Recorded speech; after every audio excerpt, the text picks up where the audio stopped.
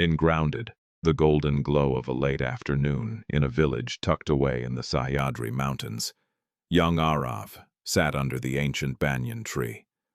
The air was thick with the scent of damp earth and blooming jasmine. Beside him, his grandfather, Ajoba, was whittling a piece of bamboo. Ajoba, Aarav asked, watching a group of children playing marbles in the dust nearby. why does Samir always win? He's not even that good, but he just takes it.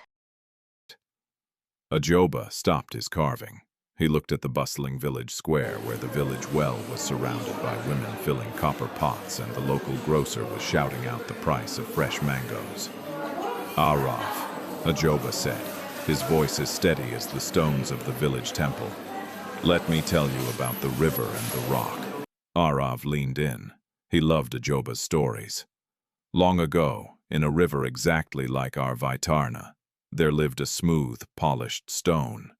It was very proud of how shiny it was. One day, a fierce rainstorm hit the mountains. The river began to swell, rushing with incredible force. A heavy, jagged rock from the mountain path rolled down into the water. It was rough, covered in sharp edges and mud.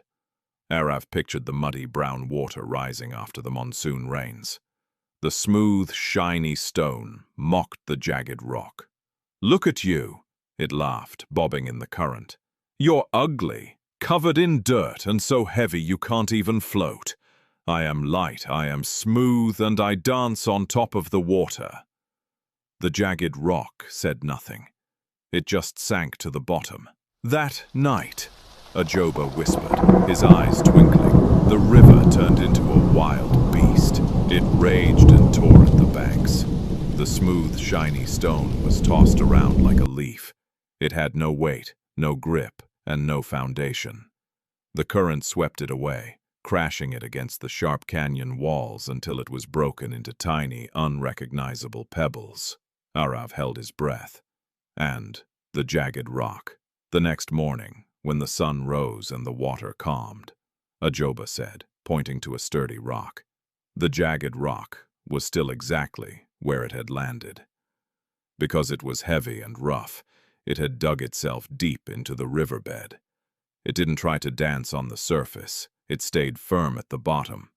It had held its place while the storm passed. Ajoba looked directly at Aarav. "Samir plays to win the moment, Aarav. He might get the marbles today, but he rushes and cheats. That is like the smooth stone. It looks nice on the surface, but it has no depth.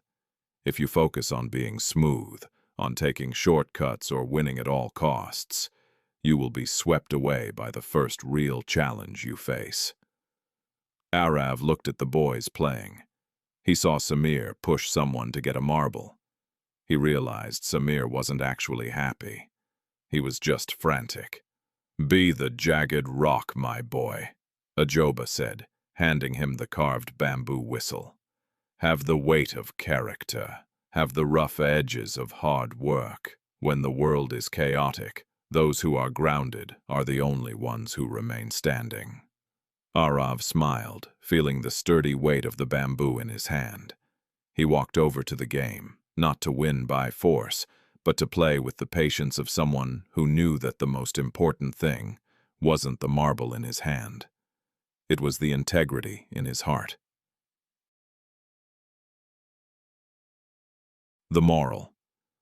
True strength isn't found in looking the best or winning the easiest way. It is found in having the depth and character to stay when the storms of life arrive.